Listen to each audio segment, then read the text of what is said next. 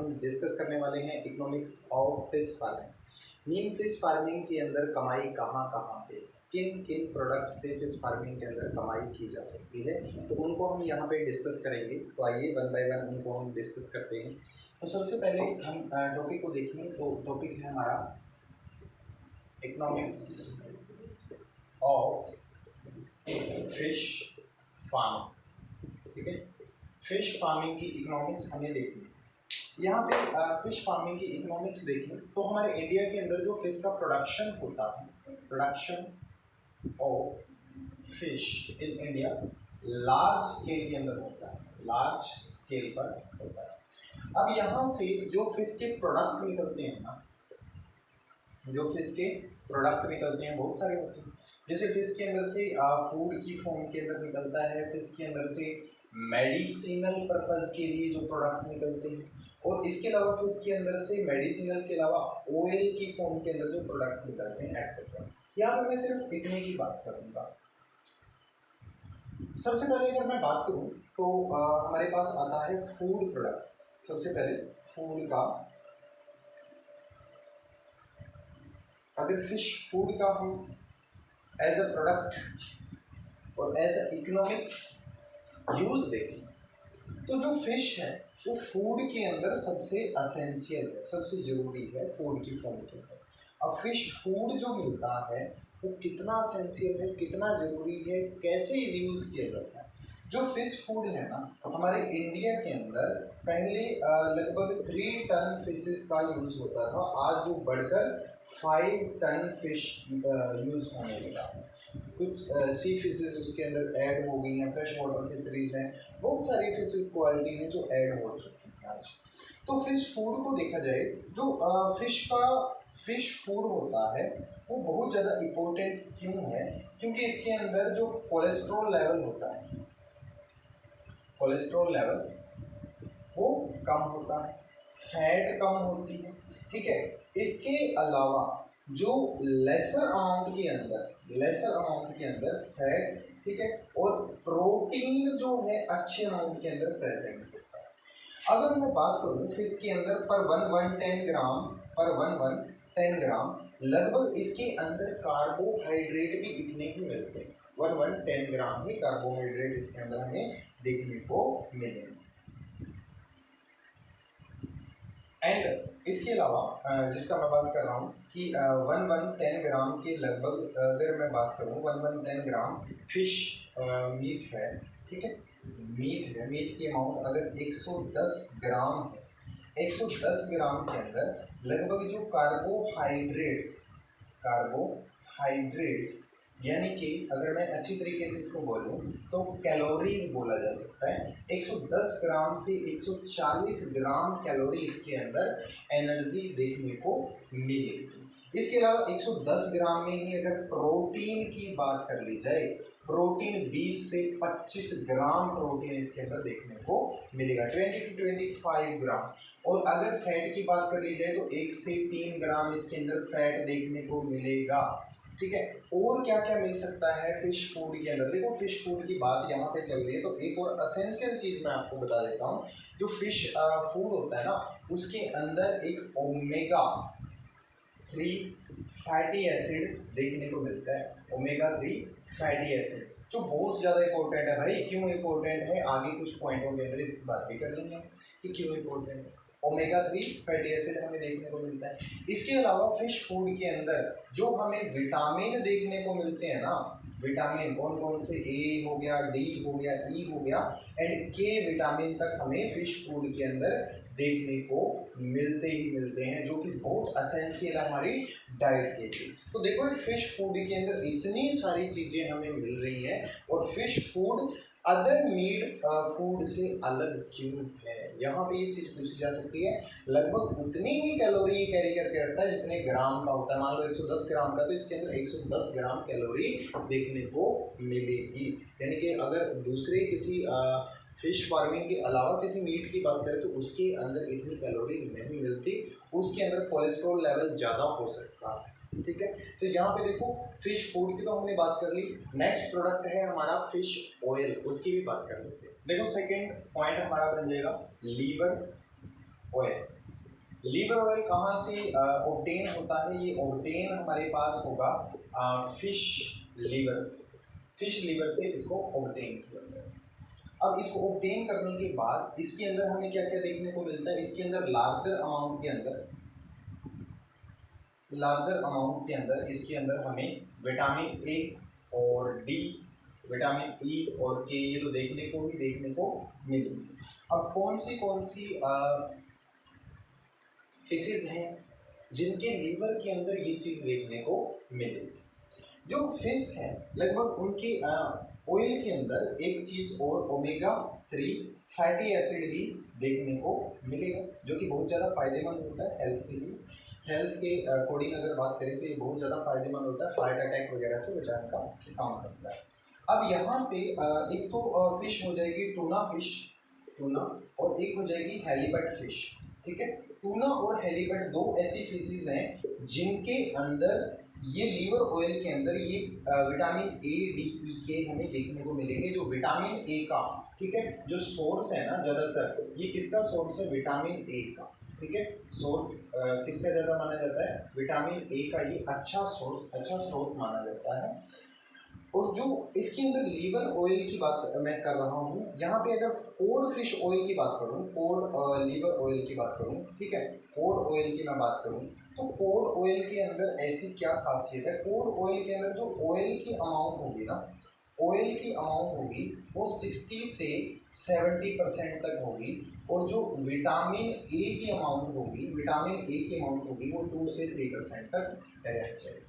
But अगर liver oil की बात करूँ, लीवर ऑयल इसके अंदर जो ऑयल की अमाउंट होगी वो 4 से 10% तक रहेगी, बट जो विटामिन की अमाउंट होगी वो लगभग 50 से 60% रखने वाली है, 50 से 60%।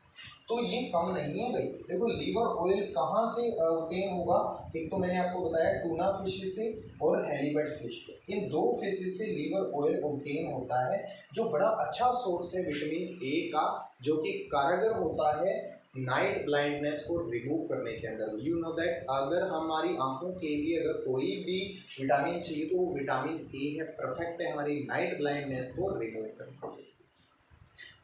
ये तो हमारा दूसरा पॉइंट जिसका नाम था लीवर ऑयल। पॉइंट नंबर 3 हमारे पास जो आता है उसका नाम है फिश मील। देखने लायक बात ये है कि जो फिश मील है हमारे पास वो क्या है, कैसा है, क्यों? जो फिश मील है वो कहाँ से ऑब्टेन होता है? फिश मील जो ऑब्टेन होगा वो कहाँ से होगा? Obtain from waste of liver oil. जो लीवर ऑयल की वेस्टेज होगी ना उससे ही ऑब्टेन। प्लस में साथ में कौन लग जाता है? लीवर ऑयल के साथ प्लस में जो कैन इंडस्ट्री वेस्ट होता है ना, कैन इंडस्ट्री वेस्ट, उसको लगा, मतलब नॉन ऑयल टाइप फूड हो गया, नॉन ऑयल टाइप फूड है। अब इसके अलावा जो कोड लीवर वेस्ट होता है, कोड लीवर वेस्ट, जिसको कि वाइट फिश मील बोला जाता है, वाइट फिश मील जिसका नाम दिया जाएगा, इस वाइट फिश मील को भी यूज किया जाता है। इसके अंदर जो इसकी कॉम्पोजिशन होगी, कॉम्पोजिशन देख लो वाइट फिश मील की या फिर फिश मील की, क्या हो सकती है? प्रोटीन 55 to 70% होगा, मिनरल 10 to 20, मॉइस्चर होगा 6 to 12%, कैल्शियम की अमाउंट 6% तक रहने वाली है, और जो फॉस्फोलिपिड होंगे वो 4% तक आयोडीन ट्रेसेस के अकॉर्डिंग हो सकता है, और विटामिन होंगे इसके अंदर ए डी एंड के। विटामिन 3 विटामिन इसके अंदर प्रेजेंट होंगे, ए डी एंड के, जो फिश मील की बात कर रहे हैं। अब जो फिश मील है इसको पोल्ट्री के अंदर यूज किया जाता है, या पिग्स इसको ईट करते हैं। Why it is use for poultry और fish, sorry pigs meat, source of food for pigs. इसके लिए इसको यूज क्यों किया जाता है? इसके पीछे रीजन ये है कि ये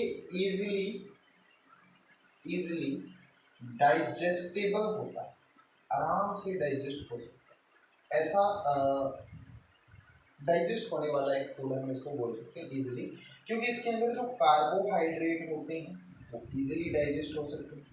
कार्बोहाइड्रेट्स इसके अंदर प्रेजेंट होते हैं, ठीक है। विटामिन इसके अंदर भी प्रेजेंट होते हैं, और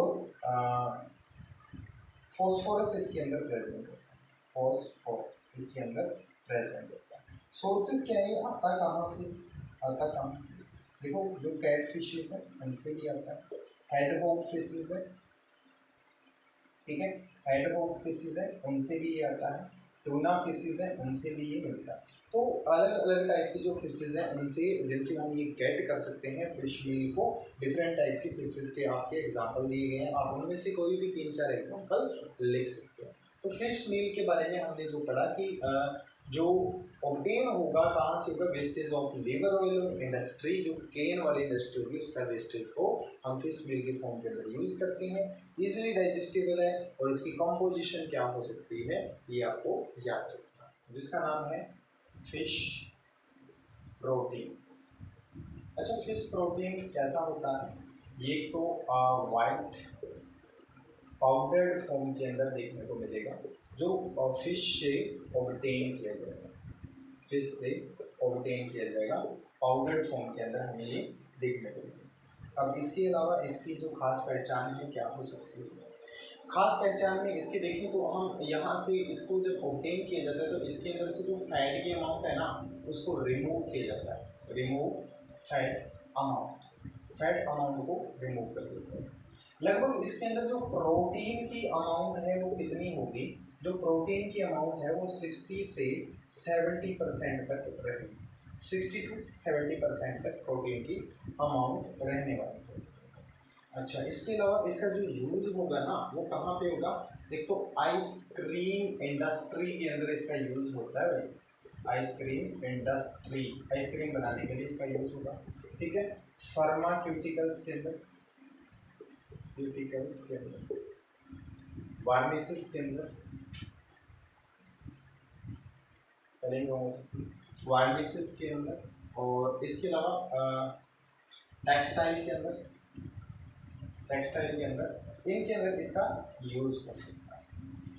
अब इसके अलावा अगर मैं बात करूं जो फुल फिश, फिश का फिश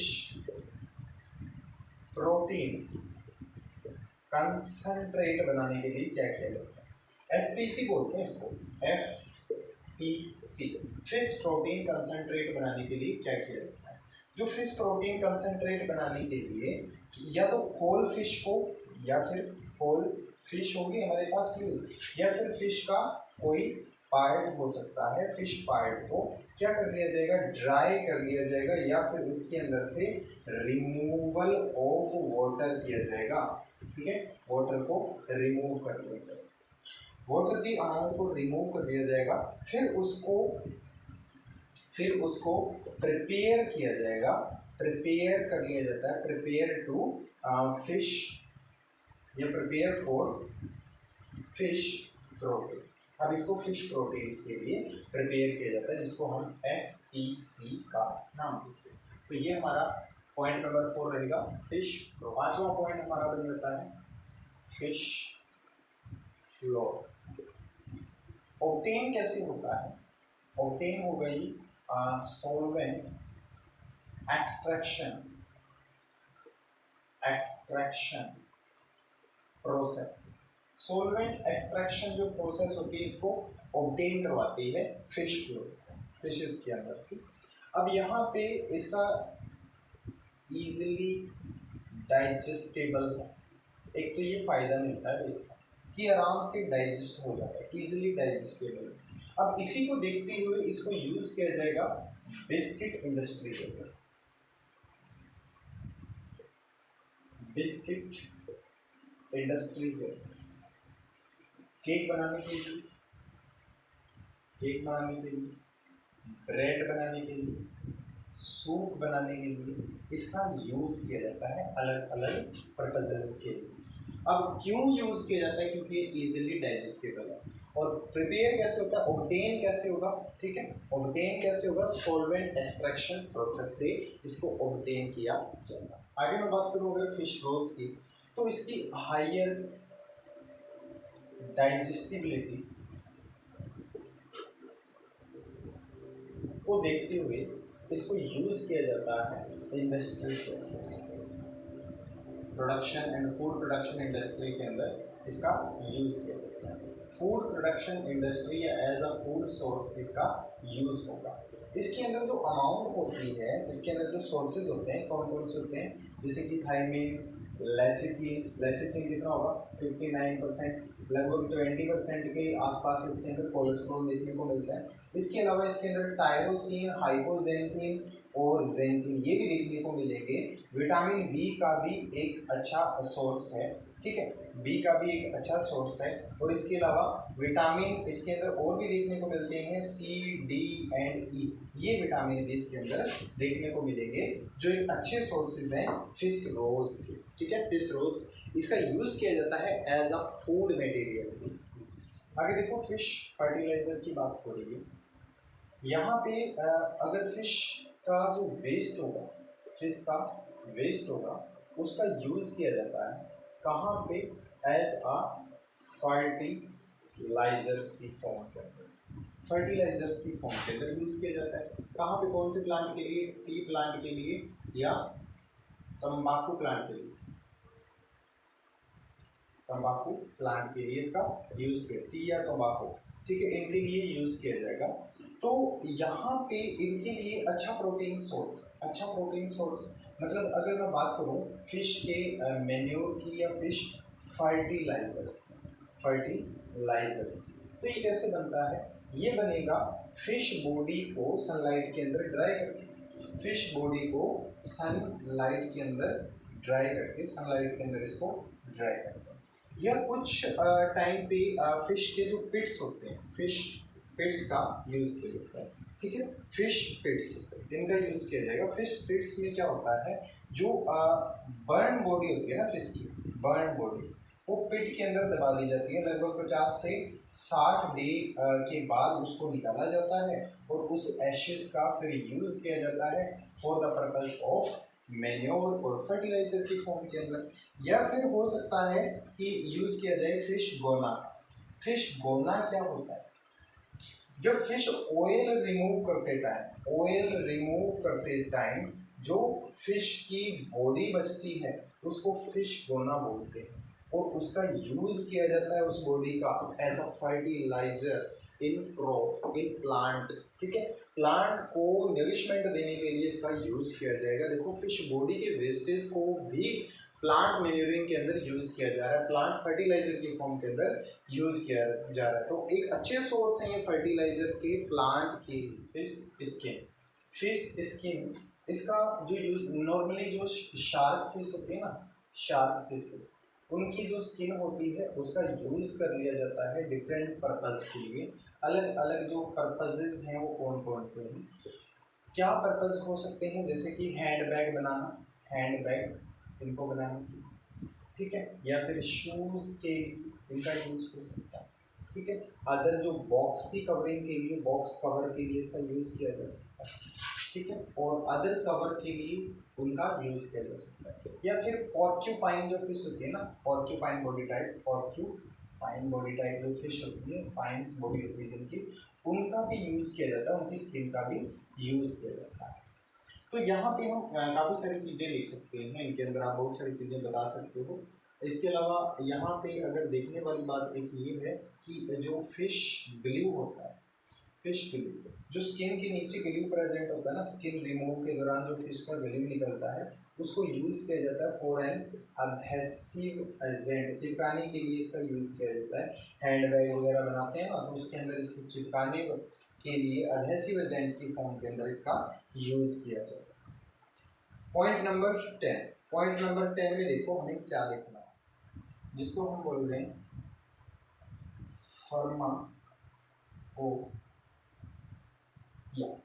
फार्माकोपिया। ये क्या होता है, फार्मेसी इन मेडिसिन पर्पज के लिए, यूज फॉर आयुर्वेदा और यूनानी मेडिसिन सिस्टम के लिए इसका यूज किया, यूनानी मेडिसिन बेनिफिट के लिए भी इसका यूज किया जाएगा। अब यहाँ पे ये क्या क्या बेनिफिट देते हैं, जो हम बोलते हैं ना कि अल्सर, ठीक है, ड्यूडेनल अल्सर, इसको रिमूव करने के लिए बेनिफिट। इसके अलावा और क्या क्या बेनिफिट देता है, कफ, ठीक है, या कोई लीवर प्रॉब्लम है उसके लिए ये अच्छा होता है। हार्ट की प्रॉब्लम को रिमूव करता है, हार्ट प्रॉब्लम्स इनको रिमूव करने के लिए, मतलब ये एक डिजीज को रिमूव करने के लिए बहुत अच्छा सोर्स है फार्मास्यूटिकल एजेंट की फॉर्म के अंदर जो यूज होता है इंडस्ट्री के अंदर, इसका यूज किया जाएगा। फार्मास्यूटिकल जो इंडस्ट्री है इसका बहुत अच्छे प्रकार से यूज करती है और एक अच्छा सोर्सेज है कि बहुत सारी बीमारियों को ठीक करने का। अब इसके अंदर ऐसी खास बात क्या है, वो खास बात हम देखते हैं हमारे लास्ट पॉइंट के अंदर, जो 10वां पॉइंट है हमारे पास, उस पॉइंट के अंदर हम देखते हैं हेल्थ बेनिफिट्स। हेल्थ बेनिफिट्स के अंदर जो फिश प्रोडक्ट है वो कैसे काम करते हैं। सबसे पहले हमें जानना पड़ेगा कि जो फिश है वो किसका सोर्स है, ओमेगा 3 फैटी एसिड का सोर्स। जो ओमेगा 3 फैटी एसिड है तो बहुत ही अच्छा माना गया, ठीक है। इसके अंदर लो कोलेस्ट्रॉल लेवल है, कोलेस्ट्रॉल लेवल है, ठीक है, और हमारे बॉडी के लिए किस तरीके से ये अच्छा है, क्योंकि बिकॉज ये क्या काम करता है, ये डेवलपमेंट के अंदर फायदे, ठीक है। किसकी डेवलपमेंट, जो हमारे ब्रेन की डेवलपमेंट है ना उसको अच्छा करता है और हमारी मेमोरी पावर को स्ट्रॉन्ग बनाता है, मेमोरी पावर को स्ट्रॉन्ग बनाता है। इसके अलावा और हमारे हार्ट के लिए बहुत अच्छा माना गया है, क्योंकि ये हार्ट अटैक प्रॉब्लम को कम कर देता है। जो कार्डियोवैस्कुलर एक्टिविटी है ना उसको कम करता है, कोलेस्ट्रॉल लेवल कम होने के कारण। कोलेस्ट्रॉल लेवल इसका लो है तो ये कार्डियोवैस्कुलर एक्टिविटी को कंट्रोल रखता है, कार्डियोवैस्कुलर एक्टिविटी को क्या रखेगा, ये कंट्रोल रखेगा, पूरा पूरा कंट्रोलिंग एजेंट की फॉर्म के अंदर काम करेगी कार्डियोवैस्कुलर एक्टिविटी। अच्छा, इसके अलावा ये जो ज्वाइंट के ऊपर हमारे जो ज्वाइंट होते हैं ना उनके ऊपर जो आपको टिश्यूज देखने को मिलते हैं, ठीक है, टिश्यूज देखने को मिलते हैं, उन टिश्यूज को ये कंट्रोल रखने का काम करेगा। कार्टिलेजिनस टिश्यू, कार्टिलेजिनस टिश्यू, इनको ये कंट्रोल रखने का काम करे। इस कार्टिलेजिनस टिश्यू को अगर ये कंट्रोल कर रहा है, ज्वाइंट को मजबूत रख रहा है, तो हम किस चीज से, ऑस्टियो आर्थ्राइटिस, इससे हम बचे रहें। ऑस्टियो आर्थ्राइटिस मतलब घुटनों के अंदर, जोड़ों के अंदर जहां भी कार्टिलेजिनस टिश्यू है ना उनको फैलने से बचाता है, ज़्यादा ओवर नहीं होने देगा, ना ही उनको टूटने देगा, उनको मजबूत रखेगा, उनको इलास्टिक बनाए रखेगा ताकि हमारे जो ज्वाइंट है वो स्वस्थ रहे। तो ऑस्टियो आर्थ्राइटिस से हमें बचा के रखेगा। हार्ट के डिजीज है उनको भी रिमूव करेगा, ब्रेन की डेवलपमेंट, मेमोरी पावर को स्ट्रॉन्ग बनाने का काम करता है। तो हेल्थ बेनिफिट के लिए तो बहुत अच्छा माना गया है ओमेगा 3 फैटी एसिड को, क्योंकि इसके अंदर कोलेस्ट्रॉल लेवल बहुत कम होता है। एक बाई प्रोडक्ट और अगर हम देखें इसका, जिसका नाम है स्क्वेलिन, तो इसका यूज ज़्यादातर होता है डाइज वगैरह के अंदर, डाइज वगैरह के अंदर इसका ज़्यादातर मॉडर्न टाइम के अंदर इसका यूज़ किया जाने लगा है, डाइज वगैरह के अंदर। तो ये हमारी आज की वीडियो आपने जो देखी, आज की वीडियो के अंदर हमने इकोनॉमिक्स देखी है, जो फिश प्रोडक्ट है उनकी इकोनॉमी मतलब उनसे हम पैसे कैसे कमा सकते हैं, क्या क्या सोर्स है जो पैसे कमा के दे सकता है फिश प्रोडक्शन के अंदर। तो फिश के अलावा, फिश फार्मिंग के अलावा ये सोर्स भी हैं, जो फिश प्रोडक्ट है ना ये सारे के सारे सोर्स हो जाएंगे अच्छा पैसा, अच्छी इकोनॉमिक वैल्यू का। तो आज की वीडियो के अंदर हमने सिर्फ इसी को देखा, उम्मीद करता हूँ आपको ये बड़ा अच्छे से समझ में आया होगा।